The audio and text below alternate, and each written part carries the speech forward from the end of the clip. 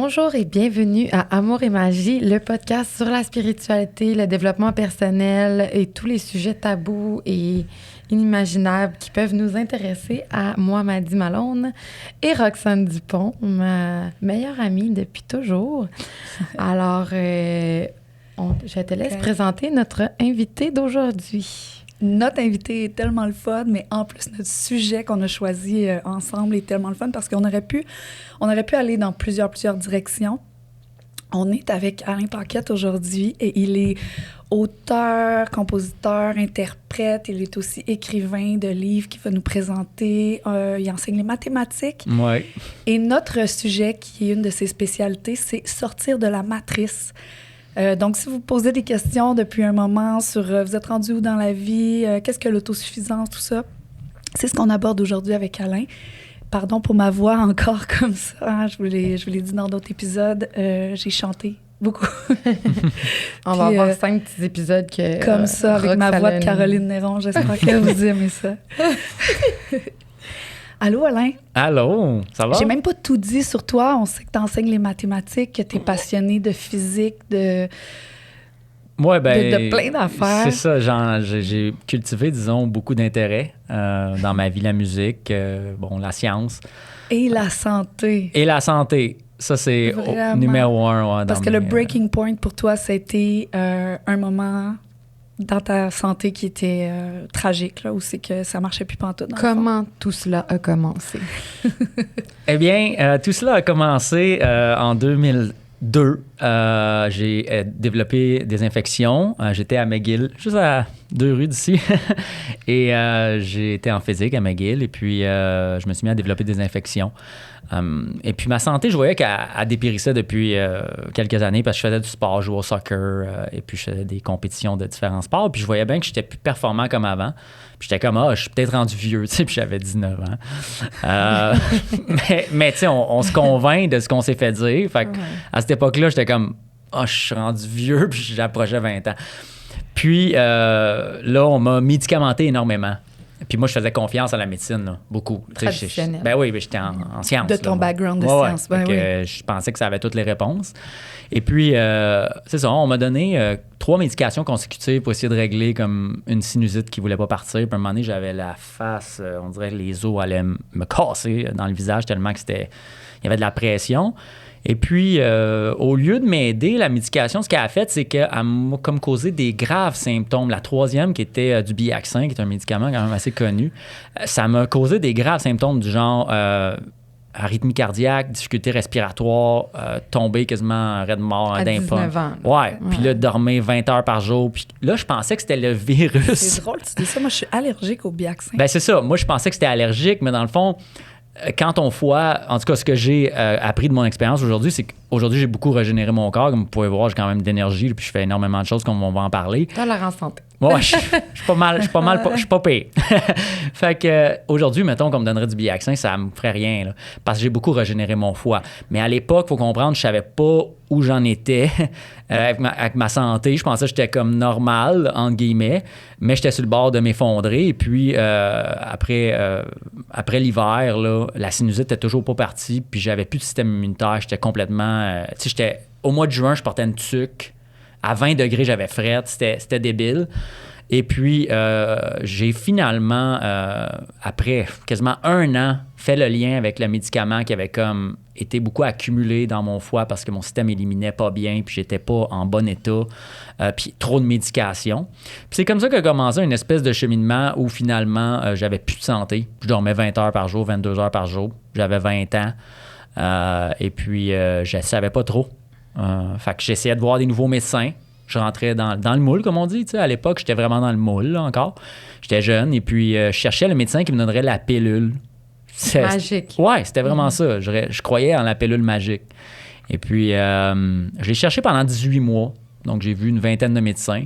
Parce que comment que c'est, hein? On se dit, ce médecin-là, peut-être qu'il ne le voit pas, je vais aller en voir un autre. Tu sais comment c'est au Québec, le système de santé est gratuit, donc on s'essaye ailleurs, on se dit, je vais finir par trouver. Puis les gens autour de toi qui pensaient cette optique-là aussi. C'est ça, les gens t'envoient dans la direction. Tu sais, souvent, ils n'ont pas de recours, les gens. S'ils n'ont pas d'informations, ils se retrouvent impuissants, donc ils veulent t'aider, fait qu'ils te renvoient dans la matrice tout le temps. Et puis, éventuellement, après 18 mois, puis surtout quand ils ont commencé à me dire, ben on sait pas ce que toi, t'es peut-être en dépression, là, j'ai fait, OK, ils comprennent pas, ils savent pas ce qu'ils disent, dans le fond. Puis c'est là, vraiment, j'ai eu le déclic. Dans le fond, je suis mieux de plus me fier sur eux autres. Je suis mieux de me fier sur moi. Et puis, faut comprendre aussi que passer à 20 ans, 20 heures par jour, 22 heures par jour dans son lit, fatigué, pas capable de digérer comme il faut, plus d'énergie, plus capable de rien faire, ça finit par te travailler. Puis à un moment donné, tu te dis, OK, là, qu'est-ce que je vais faire? Je vais-tu passer par-dessus ça? La santé mentale dégrade. Ben oui. Ben oui. Oui, mais tu sais, je suis un gars qui a une très forte santé mentale, c'est-à-dire que je suis très dur à ébranler. Fait que pour moi, c'est plus du genre, bon, qu'est-ce que je fais à attendre après les autres? Mais là, est-ce que tu pensais que tu allais mourir à ce moment-là? Oui, ben oui. Pendant même quand j'ai entamé ma guérison par l'alimentation, puis par les plantes, etc., quand je me suis mis dans cette démarche-là, même durant les 3 premières années, je pensais j'aurais pu mourir à tout moment. Parce qu'il faut comprendre qu'une fois que j'ai fait de l'investigation plus approfondie avec des microbiologistes, d'ailleurs à Montréal ici, je voyais une microbiologiste qui travaillait avec le docteur Richard Béliveau à l'époque, que les gens connaissent bien. Et puis cette microbiologiste-là analysait mon sang vivant. Je voyais des naturopathes aussi. J'avais aussi eu des tests médicaux puisque j'avais vu plusieurs médecins qui montraient que mon foie n'était pas dans les paramètres autorisés. Fait que quand ton foie n'est pas dans les paramètres autorisés, là, moi, j'avais des livres de médecine parce que j'avais des amis qui étaient en faculté de médecine, dont une ex-copine, etc. Donc, tu sais, j'étais dans le domaine de la science. Puis j'avais des livres de médecine, de faculté de médecine, qui me disaient que quand tu avais le foie qui n'était pas dans les paramètres, tu as 75 % de ton tissu, de ton foie qui est dysfonctionnel, qui est détruit. Okay. Ça veut dire qu'on se fie sur nos médecins, par exemple, mais on ne sait pas tout quand on n'est pas totalement informé. Fait que ton médecin, mettons, il dit, tu es dans un standard, tu peux avoir ton foie 70 % détruit. Tu es dans un standard. Ah. Ouais, c'est ça. Hein, c'est spécial. Fait que les organes sont excessivement efficaces. Hein? On sait qu'on peut vivre avec juste un rein, par exemple. T'sais. Si ton rein est en santé, un, c'est suffisant. Donc, les organes sont excessivement efficaces. Donc, on a un dépérissement qu'on ne voit pas venir. Mais moi, j'ai été confronté à ça jeune puisque j'ai brûlé la chandelle par le milieu. Je dis souvent, moi, j'avais le lighter en plein milieu. Là. Fait que ça se casse en deux. Là. Fait que j'ai découvert ça bien jeune. Et puis, quand j'ai commencé mon cheminement par l'alimentation, j'étais face à plusieurs conditions. J'avais des troubles de la glycémie, j'avais une cirrhose du foie, j'avais l'hypersensibilité chimique multiple, je faisais de la fatigue chronique, et puis j'avais toutes sortes d'autres problèmes, du genre, si on rentre la lumière de l'extérieur, puis je rentre à l'intérieur, ça pouvait prendre 15-20 minutes avant que je voie comme il faut. OK. Donc, vraiment une difficulté à s'adapter, même les bruits me faisait comme mal, on pourrait dire, aux oreilles. Les bruits, le son fort, donc toutes sortes de fragilités. Bref, tu étais vraiment en dégénérescence généralisée. Ouais, c'était l'enfer. Donc, quand tu es confronté à ça, à un moment donné, tu as le choix. Et puis, mon choix à moi, ça a été de me dire, si je suis pas mourir, je vais mourir en me battant. Fait que j'ai commencé à prendre des marches, même si j'avais pas d'énergie ou quoi. Je me suis dit, au pire, je tomberai dans la rue. Tu sais, je tomberai de fatigue dans la rue parce que c'est soit que je repars le mécanisme ou soit que je m'en vais en ligne droite, là, c'est fini. Là. Mm-hmm. Donc, j'ai vraiment mis les efforts. Et puis, une étape très importante, c'est que je me suis réconcilié avec Dieu. Ce qui a l'air un peu banal ou, je sais pas, absurde. En tout cas, à l'époque, j'avais du mal à parler de ça. Parce qu'il faut comprendre que quand on arrive d'un cheminement scientifique, on a été athée très longtemps. Ouais. Et puis moi, j'ai été baptisé, j'ai fait ma confirmation, ma première communion, mais j'ai pas fait ça pour moi, là.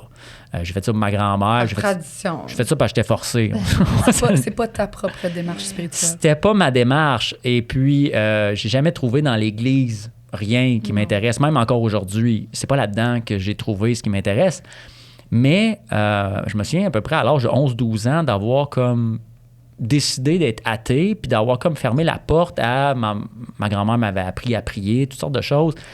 Puis j'ai comme à un moment donné tout fermé la porte à ça. Mais quand j'étais malade dans mon lit, là, après 18 mois, puis j'étais vraiment laissé à moi-même, je me suis réconcilié avec Dieu. Croyez-le. Pas, là, le lendemain, j'ai eu un premier signe.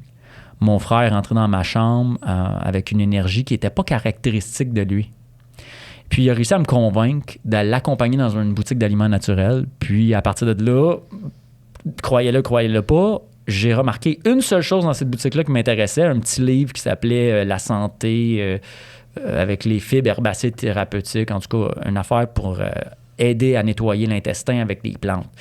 Puis, je ne l'aurais pas acheté, mais il était tellement en liquidation que c'était ridicule. C'était genre 2 piastres, une affaire de même. Ça t'a appelé. Puis, je savais que c'était une affaire qu'il faudrait peut-être que je travaille, tu sais. Fait que, de fil en aiguille, des gens se sont présentés, les signes se sont présentés, et puis 1 an plus tard, je développais ce que j'ai appelé l'alimentation rajeunissante, qui m'a amené à écrire mon premier livre.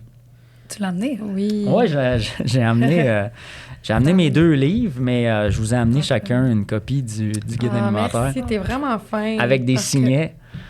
OK. Tiens. C'est un livre dont je suis très fier, le guide alimentaire rajeunissant.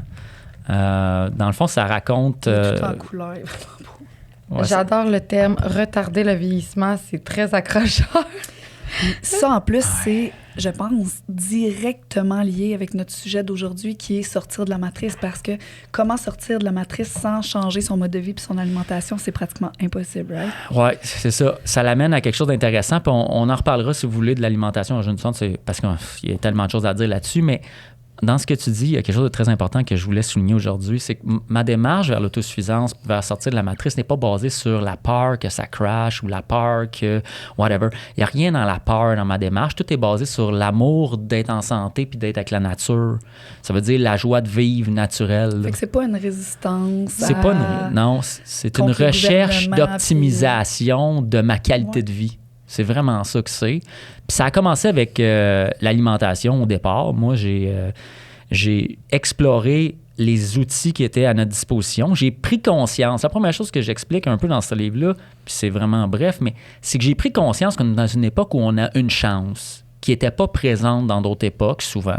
C'est-à-dire qu'on a accès à énormément de ressources. Ben oui. Puis c'est pas tant complexe. Tu sais? C'est assez simple. Il y a beaucoup de magasins, il y a beaucoup de choix. Il y a Internet. Tu as accès à tout.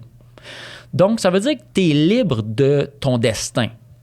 Plus. Ah oui. En termes de santé, tu as une grande marge de liberté. C'est sûr qu'il y a des frais, etc., mais en termes de santé, on a une grande responsabilité qui nous revient parce qu'on a beaucoup de choix. C'est du discernement. C'est du discernement puis de l'éducation parce qu'on a été désinformés sur le sujet de l'information, sur de l'alimentation. On a été littéralement désinformés. Et donc, lorsque je suis tombé malade, je suis parti de base, du genre, je sais que les fruits et les légumes, ça doit être pas pire, tu comprends? Puis, tu sais, j'avais aucune certitude. Je suis vraiment parti d'une page blanche. Je me suis dit, OK, si je me suis ramassé malade à genre 20 ans, dans l'état que je suis là, ça veut dire qu'il y a des gros problèmes dans ma façon de percevoir parce que je me disais, mes parents n'ont pas été malades, mon grand-père n'a pas été malade, mes ancêtres. L'alimentation, c'était quoi chez vous? C'était-tu pizza pochette, craft dinner, all that? L'alimentation chez moi, c'était typique des années 90. Donc, on était dans le fast-food, la liqueur, beaucoup de liqueur. C'est drôle parce que mon père, c'était comme un mangeur de trucs gras, fast-food. Ma mère, c'était une mangeuse de sucre, puis de bonbons, puis de vinaigre. Fait que mets tout ça ensemble. C'est une bombe, là. Ça fait pour de l'inflammation. Mais je pense encore plus pour quelqu'un de sensible comme toi, parce que t'avais déjà une sensibilité. Moi, c'est que j'ai un organisme, de la manière que je l'ai compris, mon organisme, avec toutes ces années-là, c'est que j'ai un organisme qui est hyper performant. Ça veut dire qu'il va absorber hyper. Ça veut dire qu'il a besoin de beaucoup. Tu comprends? Fait que quand je mangeais beaucoup. Donc, mais c'était beaucoup de junk. Donc, quand j'étais jeune, je mangeais la boîte de céréales au complet, tu sais. Puis là, je me disais, pourquoi une boîte, c'est juste un repas? Je comprenais pas, tu sais. J'étais comme... Mais c'est parce que j'avais des besoins alimentaires qui étaient très, très hauts. Mon corps recherchait de la protéine. Puis ce que tu mangeais, c'était vide. Ce que je mangeais, c'était vide. Donc, je mangeais beaucoup, beaucoup de vide. Puis, c'est ça. Fait que c'était la source de tous mes problèmes. Et aussi, j'ai été élevé dans une famille fumeur. Donc, il y avait beaucoup de fumée dans les années 90. On allait au restaurant souvent, donc dans les sections fumeurs, où c'était à couper au couteau, puis il y avait des cendriers partout. Puis c'est fou de penser ça. C'était ouais, aujourd'hui, c'est drôle à dire ça. Tu sais, je me sens vieux en disant ça. Non, mais même moi, j'ai déjà Puis on mettait tout au micro-ondes, hein? On mettait tout au micro-ondes. J'ai fumé dans un hôpital quand j'avais 15 ans. Ça n'a pas de bon sens de penser à ça. C'est ça. C'était une autre réalité. Oui. Il y avait une section fumeur à l'hôpital. Est-ce que je blâme pas les autres pour ça, mais c'était ça le contexte. Oui. Tu sais, je me levais le matin, c'était mon père, il fume, la cigarette à côté de moi, la boucane, tu sais, le cendrier est là, puis je mange, puis la boucane me rentre dans le nez, puis je trouve ça drôle parce que c'était ça, cette époque-là. Puis en même temps, ben moi, je mange, mettons, mes 12 toasts au Cheese Whiz, au Nutella. Tu comprends? C'était ça, là. C'était de l'extrême, c'était du débalancé. Puis il y avait des verres de lait à tous les repas. Des verres de lait, tu sais, des laits au chocolat. Beaucoup de sucre. Je commençais à boire de la liqueur vers midi, là. Puis là, je pouvais boire 7-8 liqueurs. Puis là, c'était les jeux vidéo, en plus, ma génération. Puis le monde, c'est drôle parce que quand je parle aux jeunes aujourd'hui, ils pensent que nous autres, on n'a pas connu ça, les jeux vidéo. Je m'excuse. Mais la première génération de vraiment intense aux jeux vidéo, c'est la mienne. Là. On était ça. C'est la génération qui a découvert le chat sur Internet. Quel âge, on a le même âge. J'ai 40, là. On est proches. C'est ça. 37. C'est ça, on est pas mal tous dans cette génération-là qui a vécu la transition. Fait que moi, déjà, là, à 5 ans, j'avais mon Nintendo, je jouais toute la journée. Après Super Nintendo. Après, c'était Super Nintendo. Après, ça a été PlayStation. Après, les jeux de PC, etc. Donc, tu sais, ça a tout nuit à ma santé. Puis quand j'ai développé ma discipline avec l'alimentation rajeunissante, évidemment, j'ai tout mis ça de côté. Là. Okay. Parce que, premièrement, plus d'énergie. Puis deuxièmement, à un moment donné, tu te dis, ça m'a donné quoi exactement? T'sais? Est-ce que tu as mis de côté aussi l'alcool puis toutes ces choses-là aussi? Ou... Oui. Ben, j'ai jamais été un consommateur de rien en tant que tel. Là, je veux dire, je mangeais vraiment mal, mais j'étais quelqu'un qui pensait qu'il prenait soin de sa santé. Donc, j'ai jamais été un consommateur de substances, que ce soit les drogues ou l'alcool. C'était plus l'alimentation que toi qui te nuisait, là. Nos commanditaires savent que c'est important de prendre soin de soi, de prendre soin de vous. Aujourd'hui, c'est la clinique Lazen, une clinique de massothérapie, d'esthétique, de soins au laser, qui est là pour nous, ainsi que...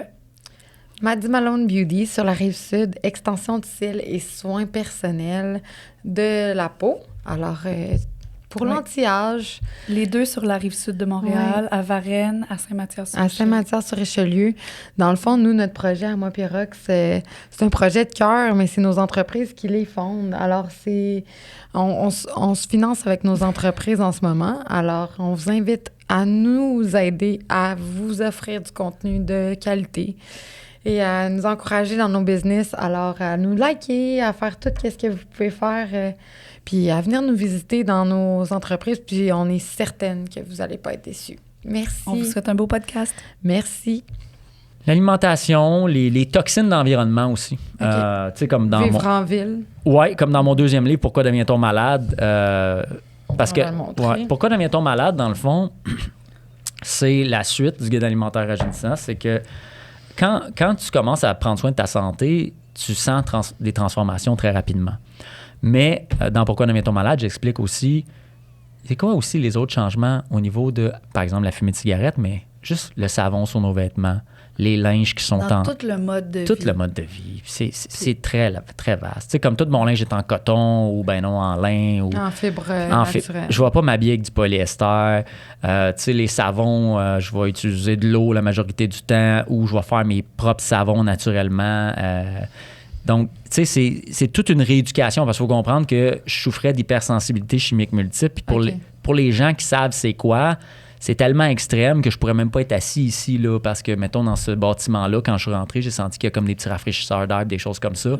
Quand tu es hypersensible chimique multiple, là, tu ne peux pas respirer ça. Parce que tu vas avoir de l'arythmie cardiaque, tu vas devenir faible, tu vas être tout croche. Donc, fait que c'est tout ça qui t'amène vers vouloir sortir de la matrice, principalement sortir de la matrice. Pour toi, est-ce que c'est ça qui représente la santé? Oui, parce que, tu sais, il faut comprendre, ça fait 20 ans que je suis dans ce cheminement-là. J'ai beaucoup réfléchi à ça puisque j'ai eu beaucoup de temps pour réfléchir. Quand on est malade, souvent, on est au repos. Et donc, on attend, puis etc. Donc, j'ai eu beaucoup de temps pour réfléchir à ça. J'ai beaucoup appris au cours de mon cheminement et de ma propre guérison. Et le monde dans lequel on vit est très toxique. Puis ça, je pense que je n'apprendrai pas rien à personne.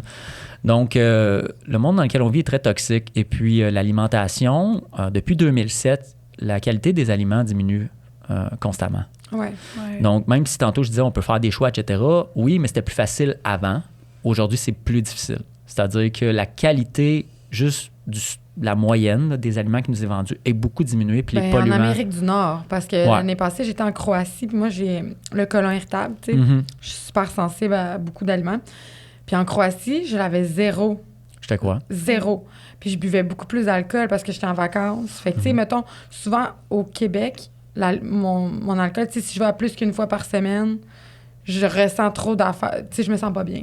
Mais en Croatie, j'avais pas ça. Le vin était plus bio. Je sais pas, tout le pain. Le pain, moi, je mange presque pas ça au Québec, là. Mais là-bas, j'avais aucun problème. On dirait qu'il y a quelque chose quand même nord-américain. Ouais. Je sais pas, j'ai pas fait tout le monde entier, là. Mais non, mais avec ce qu'on importe aussi. Les témoignages dans ce sens-là sont nombreux. Ouais. Les gens qui vont au Japon, entre autres, trouvent qu'ils peuvent manger plein de choses puis ça se digère comme ça. Ouais. J'avais pas d'intolérance. C'est ça, parce que ici notre nourriture est systématiquement empoisonnée. Je ne vais pas rentrer dans les détails parce que c'est beaucoup d'informations. Ce livre-là, c'est 170 000 mots. Là. Donc, Mon Dieu, c'est très précis. Je l'ai travaillé pendant quasiment 15 ans, fait que je le connais. Fait qu'il y a énormément de choses, OK? Puis la situation depuis les années COVID a empiré énormément. Ah ouais? Oui, parce que maintenant, nos aliments, après la récolte, sont souvent traités à des gaz qui sont corrosifs. Donc, ça rentre dans les aliments. Ils sont souvent traités par la formaline, ce qu'on appelle l'acide formique, donc des gaz aussi, des fumées. Ça, c'est un agent cancérigène, le formaldéhyde.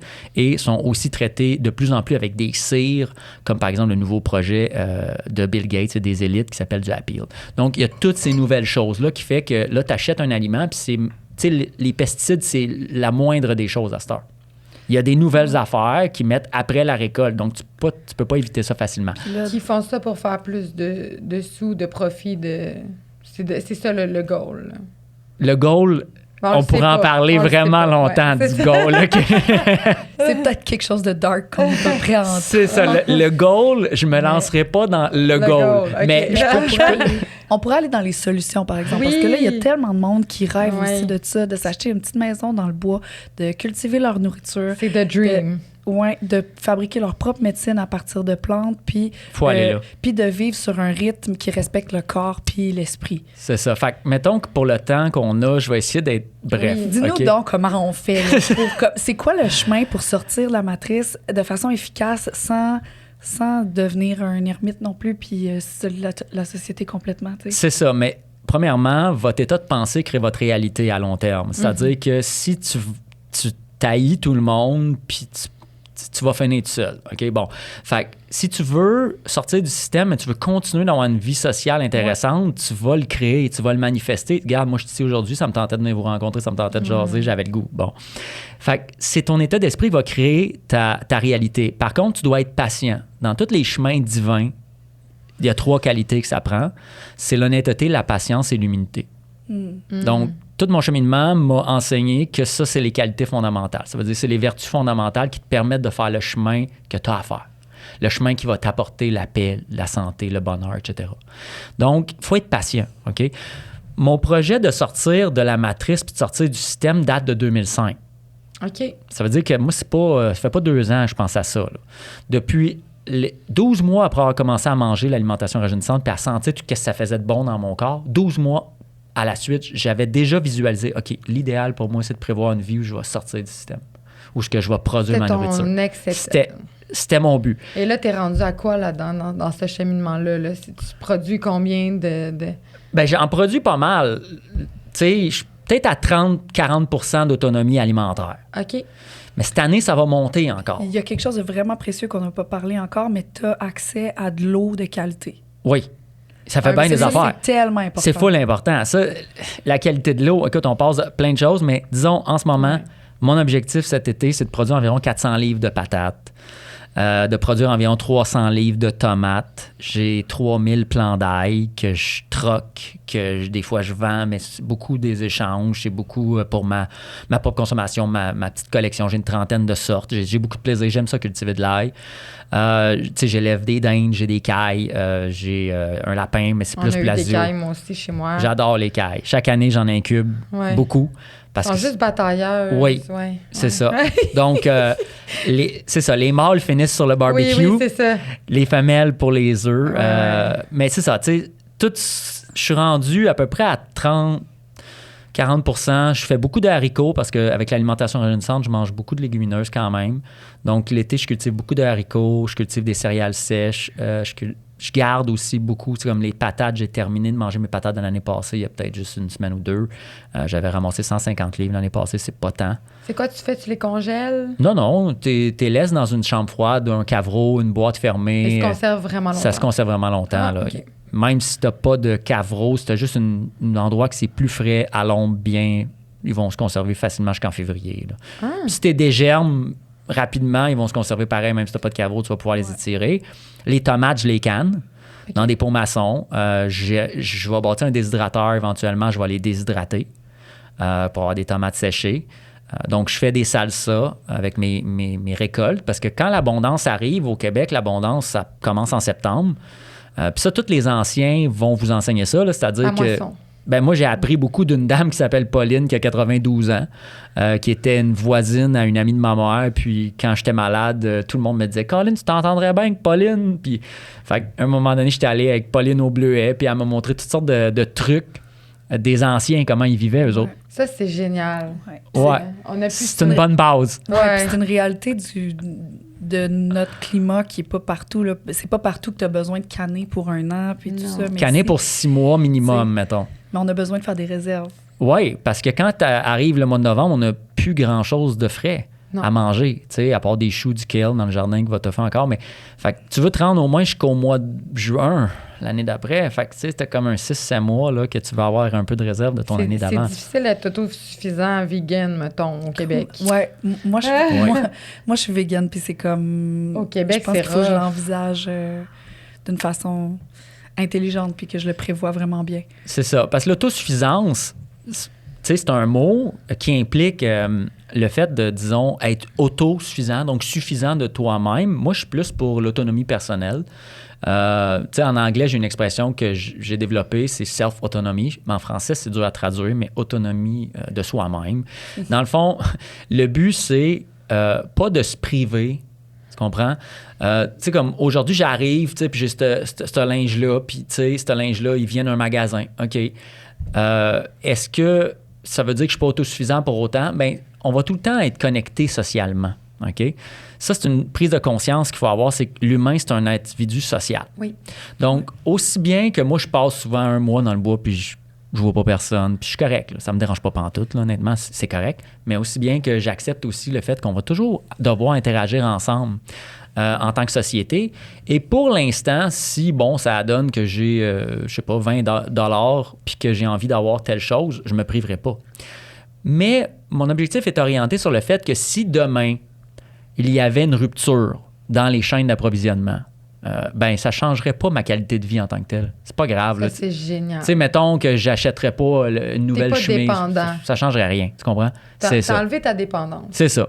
C'est là la différence entre autosuffisant, si on prend le terme vraiment à la lettre, puis disons une autonomie personnelle. Moi, je recherche l'autonomie personnelle, c'est-à-dire je recherche à vivre sans autorité qui décide ma qualité de vie, qui décide ce que je mange, qui décide tout pour moi. Je cherche à être autonome. Et si vous voulez vraiment être autonome en notre époque, c'est quand même très important de se soucier des aspects qui ont lien avec notre santé, parce que dès qu'on n'a plus la santé, on n'est plus autonome. Tu peux pas. Je vous le dis, là. Donc, je l'ai vécu, là. J'étais jeune, puis j'étais plus autonome. J'étais mort, j'étais malade, puis ça a pris facilement 15 ans, mettons, avant de redevenir assez fort au niveau de la santé, puis des efforts que c'est très long à décrire. Okay? C'est pour ça que tu dis que ton pilier, il est au niveau de la santé de base, pour commencer. Après ça, ton niveau spirituel aussi, pour que tes piliers soient forts et que tu sois capable de faire ce qui est la structure au-dessus de ces piliers-là. Exactement. Puis l'autre pilier, par la suite, je dirais, c'est le social. C'est-à-dire d'être capable de s'entourer de des gens qui sont des alliés. OK. Des alliés à ton autonomie. Des alliés dans notre mentalité, pas dans ton autonomie, mais dans ta mentalité. Des gens qui vont te supporter dans ta mentalité, c'est très important. Parce qu'il va arriver des moments où tu vas avoir des doutes, ou ben non, que tu vas avoir des questions, ou que tu vas avoir besoin d'en parler. Tu vas avoir besoin de des gens qui ne sont pas en train de te dire « Ah, qu'est-ce que tu fais? T'es perdu. » Tu as besoin des gens qui sont en train... C'est ça, tu sais, pourquoi tu viens pas manger une pizza, boire une bière? C'est sûr que si tu t'entoures de ces gens-là, tu vas rester dans un statu quo. Fait que c'est important d'avoir des gens dans ton entourage qui vont nourrir ton rêve, qui vont accepter ton rêve, qui vont voir ton rêve. Puis dirais-tu qu'ils vont y aller avec toi aussi, comme de style micro-société? Non, ça, le bon Dieu va s'organiser pour ça. C'est-à-dire que la vie va te présenter. Tu sais, juste pour te donner un exemple, moi, j'ai acheté une terre. Avec les économies, je veux parler de ça avant. Parce que comment on fait pour sortir du système, je vais placer cette phrase-là là, que ma mère m'a dit depuis que je suis jeune, puis que ça a l'air que ça m'a permis. Là. L'épargne, c'est la liberté. Là. Oui. OK? Fait que l'épargne, c'est la liberté. Si t'es pas capable d'avoir zéro dette, puis t'es pas capable de commencer à mettre de l'argent de côté, ça va être très difficile de sortir du système parce que t'appartiens au banquier. Oubliez pas une chose, c'est que on pense qu'on est autonome dans la société. On n'est pas autonome. On est tous aux frais des banquiers parce qu'on travaille dans leur système. C'est comme si moi, j'avais inventé un jeu. OK? C'est ça l'économie. Il y a quelqu'un qui a inventé le jeu de l'économie, des papiers virtuels qui dit, toi, tu dois tant, puis c'est eux qui décident, on crée de la nouvelle argent, il y a quelqu'un qui dirige le jeu. Fait que quand tu joues dans le système, t'es dans leur jeu. Ah, puis ça depuis l'école primaire. Ouais. Puis vu que tout le monde est dans ce jeu-là, tu te dis, non, ça c'est la vraie vie. Non. Ça, c'est pas la vraie vie. Ça, c'est une étape, une couche de contrôle par-dessus la vraie vie. T'es dans le jeu de quelqu'un. Donc, tant que t'es dans ce jeu-là, tu peux pas être autonome. Là, il y a des gens qui vont me dire, ouais, mais tu peux pas complètement sortir du système. Tu peux pas complètement sortir du système parce qu'il y a un lien social entre les humains. Mais le lien social n'implique pas le lien économique. On peut redéfinir le lien économique, puis on va garder notre lien social. C'est-à-dire qu'en ce moment, on joue dans un lien économique qui est contrôlé par une petite poignée de gens depuis des siècles et des millénaires. Une petite poignée de gens. Puis là, on est dans leur game. Mais quand on va être autonome, le but ultime, qu'est-ce que moi je vois, c'est que puis je le vois déjà autour de moi. Là. Ça se manifeste déjà autour de moi. Ça veut dire que ça s'est fait naturellement. Là. Je ne suis pas dans des groupes puis je ne rencontre pas personne. Ça m'est présenté naturellement dans la vie. Je vois des gens qui vont dans la même direction et puis on développe des alliances fortes parce qu'on est dans la même mentalité. On dit « Hey, c'est intéressant ce que tu fais, je vais venir t'aider. » Puis j'ai des gens qui viennent m'aider puis tu serais surprise parce que j'ai acheté un terrain au milieu de nulle part. Je me suis dit « Je vais être bien, moi, être tout seul. » Il y a tout le temps du monde chez nous.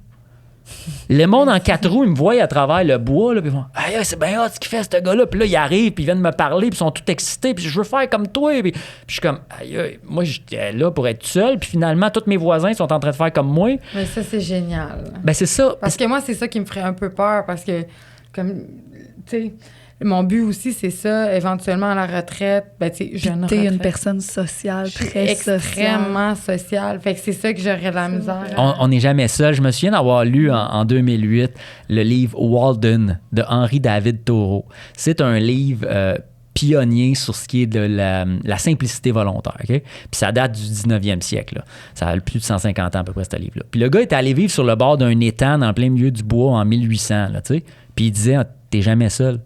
Le monde te trouve, puis il te trouve cool, puis ils viennent te voir. Le monde te trouve. Le monde te trouve, puis il te trouve cool, puis ils viennent te voir. Fait que faites-vous-en pas trop avec ça. T'es seul quand t'es négatif. T'es seul quand t'es négatif. Mais pas quand t'es positif. Mais pas quand t'es positif. Puis quand t'es rempli d'amour, le monde, ils sentent dans ce que tu manifestes. Tu sais, comme moi, mes jardins, je les fais avec amour.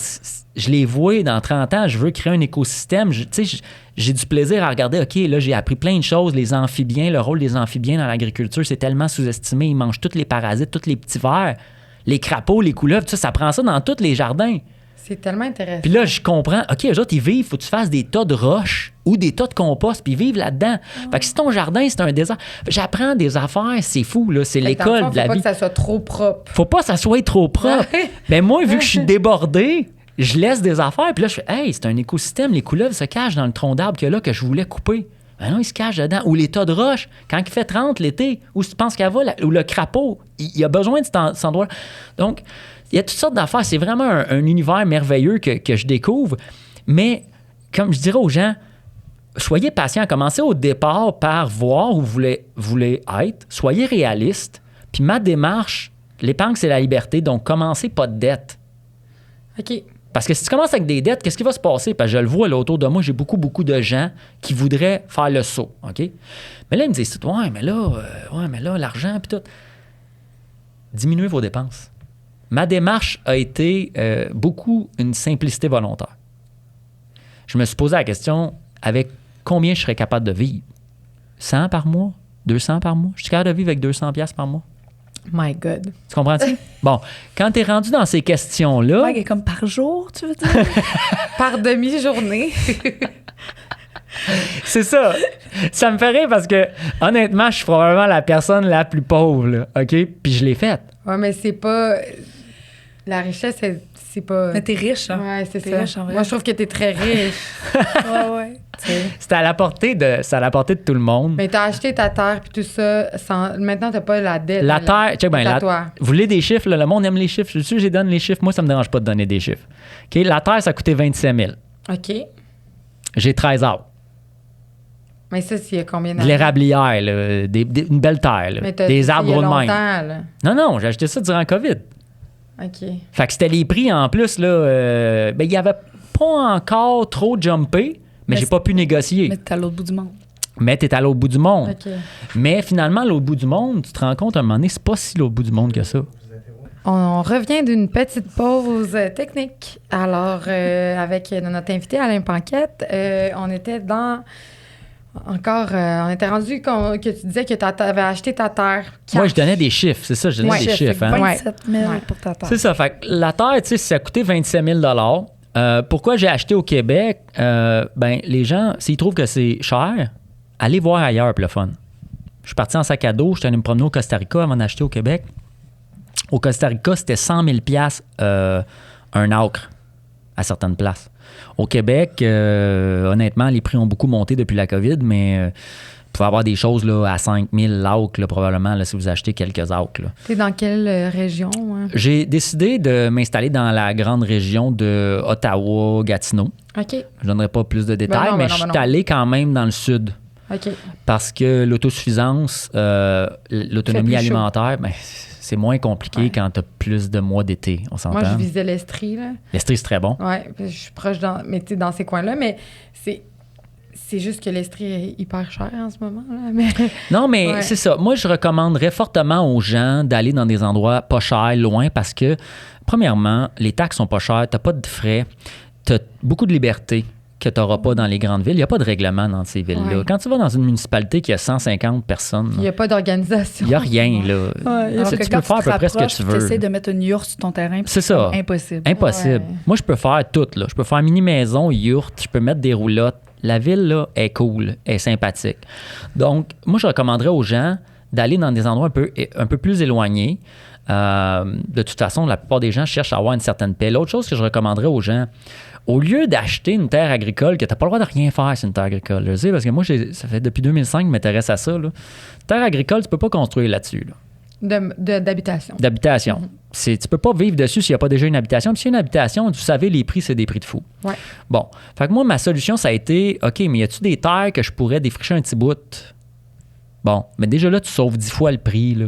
Parce que, mettons, tu réussis à trouver les érablières au Québec, les Tu peux meilleurs. mettre des cochons aussi là-dessus. Ben, je peux faire ce que je veux. Je peux Non, avoir mais des je veux dire, chevaux. pour je peux- défricher, j'avais déjà entendu ça quand on faisait de l'autonomie, non? Ouais, non. Les arbres, gros de même, un cochon, ça va. Si c'est Je sais pas, il y avait- des petits arbres, peut-être.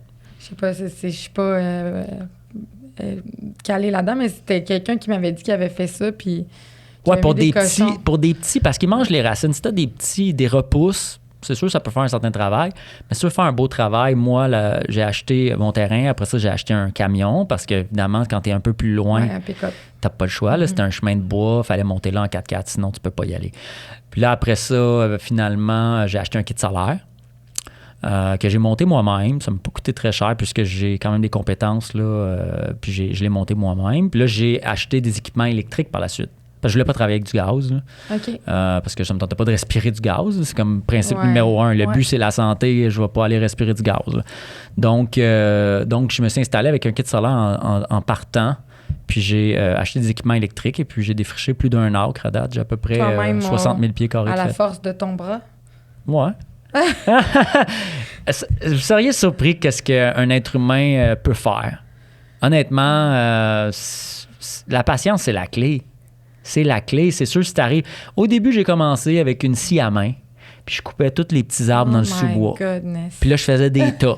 Ouais. Puis là, je coupais aucun gros arbre. J'avais pas d'équipement électrique. J'avais pas encore assez de soleil pour mettre la chainsaw, les équipements électriques. Au début, vivez à l'endroit. Est-ce que tu chauffes au poêle à bois? Tout est au bois là-bas. OK. Ouais. Fait qu'avec mon kit solaire, je peux faire, mettons, l'Internet, le téléphone, tout ça. Mais tout ce qui est la cuisine, là, j'ai une petite cuisine extérieure, mais éventuellement, je vais comme la pimper. Là, tu sais, je vais vraiment me faire un beau toit, puis ça va être des comptoirs extérieurs, puis tout. Parce que beaucoup de temps, j'aime passer à l'extérieur. Ben oui. Puis en plus, en étant dehors pour cuisiner, j'ai pas besoin de faire le ménage. Ben, je comprends. Puis tu sais, j'ai pas beaucoup de temps pour tout entretenir, donc j'essaie de joindre l'utile à l'agréable. Donc, je cuisine beaucoup dehors, tout est fait au bois, je chauffe au bois. J'avais aucune compétence en construction, j'ai construit une mini-maison. OK. J'ai fait une mini-maison de 8 pieds par 16 pieds, avec du bois local, tout en cèdre, l'extérieur. Vraiment une belle petite mini-maison. Et puis, j'ai fait une remise. Bon, j'ai d'autres projets cette année. Là. Cette année, je vais faire un chalet plus grand, etc. Puis une fois que tu es dans l'autosuffisance comme ça, puis que tu sors un peu du système, la manière d'avoir des revenus, tu dis que tu es dans la simplicité volontaire, mais est-ce que tu as encore un emploi ou... Non, je mets tout mon temps sur mon projet. Mais l'été... c'est ça que je veux dire. Ça prend tellement de temps d'être autosuffisant que c'est une job en tant que telle. Là. C'est comme... Bien, tous les gens que je vois qui réussissent, c'est ceux qui ont peu d'activités obligatoires monétaires. Ça veut dire qu'ils avaient mis assez d'argent de côté pour se lancer. Mm-hmm. Et puis, l'été, il y a toujours... Bon, tu vends j'ai l'ail, je vends certains surplus. Il y a le thé du Labrador que je cueille. Il y a les bleuets sauvages que je cueille. Des fois c'est des bonnes années. Champignons? Non, je suis pas... les champignons, je suis pas trop intéressé parce que j'en mange pas, puis je n'ai pas le temps de... Il y a trop de chances de se tromper, puis etc. C'est pas vraiment... c'est pas nécessaire. Vu que c'est pas nécessaire dans mon... C'est pas une voie que j'explore. J'enseigne les maths. J'enseigne la physique. Donc... Mais tu as quand même encore des petits... Mais tu conseilles aux gens d'avoir le moins possible de... Comme tu disais, de travail. Tu fais pas un 40 heures semaine. Non. Parce que tu as beaucoup de temps à mettre sur ton projet. Ben c'est ça, parce que... mettons, on regarde là, les chiffres. Là. On se dit, OK, mettons, tu acheté une terre agricole, puis tu veux être capable de cultiver. Ça va te coûter 300 000 minimum juste pour la terre, ajoute la maison, 800 000. OK. Moi, j'ai acheté une terre, elle m'a coûté 27 000, j'ai défriché moi-même. Comment j'ai gagné? Là? Ouais. Fait que mon 40 heures semaine, là, il vaut-il la peine? Non. Bon, même chose, j'ai bâti une mini-maison. Ça m'a coûté en tout la construction. J'ai aucune expérience en construction. C'est juste une couple de vidéos YouTube, puis juste réfléchir. Là. J'ai bâti une mini-maison qui est très belle, très bonne, naturelle, à mon goût. Ça m'a coûté en tout 7 000. Ah, ça se donne. J'ai des amis qui en ont acheté à 100 000. Ben oui. Donc, moi, je suis un mathématicien, là. OK? Honnêtement, là, c'est pas pour rien que j'enseigne les maths. Je suis un gars qui calcule. Je calcule combien ça me rapporterait aller travailler, puis je comprends pas pourquoi les gens y vont, là. Tu comprends? Ouais. Parce que calcule ton gaz, calcule le linge, calcule le temps que tu prends, calcule les repas que tu peux pas te faire, qu'il faut que tu achètes, calcule toutes les dépenses qui viennent avec, puis tout le temps qu'il faut que tu mettes, parce que tu travailles 8 heures dans la journée, plus 1 heure le matin pour te rendre, plus 1 heure le soir pour revenir, plus la demi-heure que tu as ça dans l'esprit pour rien le matin avant de partir. Puis c'est pour ça que nous, on est travailleurs autonomes, là. C'est ça. À la maison. C'est ça. Ouais. Fait que moi, je fais les calculs, puis j'en suis arrivé à la conclusion que pour l'instant, c'était préférable pour moi de mettre mon temps là-bas, puis de chercher à économiser, puis je gagne plus comme ça. Mais de toute façon, moi, je trouve que tu fais le rêve, là. Le rêve que... C'est pour ça qu'on fait cet épisode. C'est le rêve, on veut tous se rendre là. Puis, dans le fond, aussi, on voulait te poser la question qui était très importante. Le côté relationnel de vivre comme en écart de la matrice, hors de la matrice. Est-ce que tu trouves ça plus difficile? C'est quoi la place de l'amour dans cette vie-là? Si t'es pas déjà en couple et que t'as décidé comme... Moi, je pense que mon conjoint et moi, on a le même goal, mais je pense que si tu rencontres quelqu'un qui a pas ce goal-là... Ça revient un peu à ce que je disais tantôt de s'entourer de gens qui alimentent ta vision, qui alimente ton rêve, qui sont compatibles. Mm-hmm. Fait que pour ma part, la démarche, je l'ai fait seule parce que c'est comme ça que j'avais à la vivre, moi. Tu sais, dans le fond, je disais tantôt, souvent, on est guidé. Il faut juste être à l'écoute. Bon Dieu m'a beaucoup aidé à retrouver le droit chemin pour la santé, pour me sentir bien, puis tout ça. Fait qu'aujourd'hui, la réalité, c'est que j'ai fait ce cheminement-là seul, pas parce que je voulais nécessairement le faire seul, mais parce que je suis capable de le faire seul. Puis ça m'a permis de créer exactement ce que je voulais créer, qui n'était pas créé ailleurs. Faut comprendre qu'il y a des gens, des fois, ils doivent défricher. Donc, c'est ce que j'ai fait dans bien des plans. Il a fallu que je défriche la forêt, mais aussi, pas juste... Ton intérieur. C'est ça, il a fallu que je crée une vision que je voyais pas ailleurs. Et puis, à partir de là, ben, j'espère que cette vision-là va me permettre d'éventuellement fonder une famille, etc. Mais c'est pas des choses qui m'a... Tu sais, comme tous mes voisins, c'est devenu des amis, etc. Donc, c'est pas des choses dans lesquelles je me sens isolé ou je me sentirais pas entouré. Il y a comme une fraternité qui se développe. Et puis, bon, moi, j'ai pas d'enfant, mais un de mes voisins a un petit gars. Puis là, ben, quand il vient chez nous, je suis comme son oncle. Son mentor. C'est ça. Puis, toutes ces dynamiques-là sont présentes. Puis moi, je suis pas inquiète pour l'avenir, que tout va arriver en son temps, là. Qu'il y a de beaux projets pour toi. Ouais, merci, Alain. Merci. Encore. Si vous voulez vous procurer de ces merveilleux ouvrages, on a ici le guide alimentaire rajeunissant. Ouais, lui, il va être dur à trouver. Mais il y a pourquoi est-ce qu'ils peuvent te deviens rejoindre? Ouais, peut-être qu'il pourrait me rejoindre sur mon site alainpaquette.com.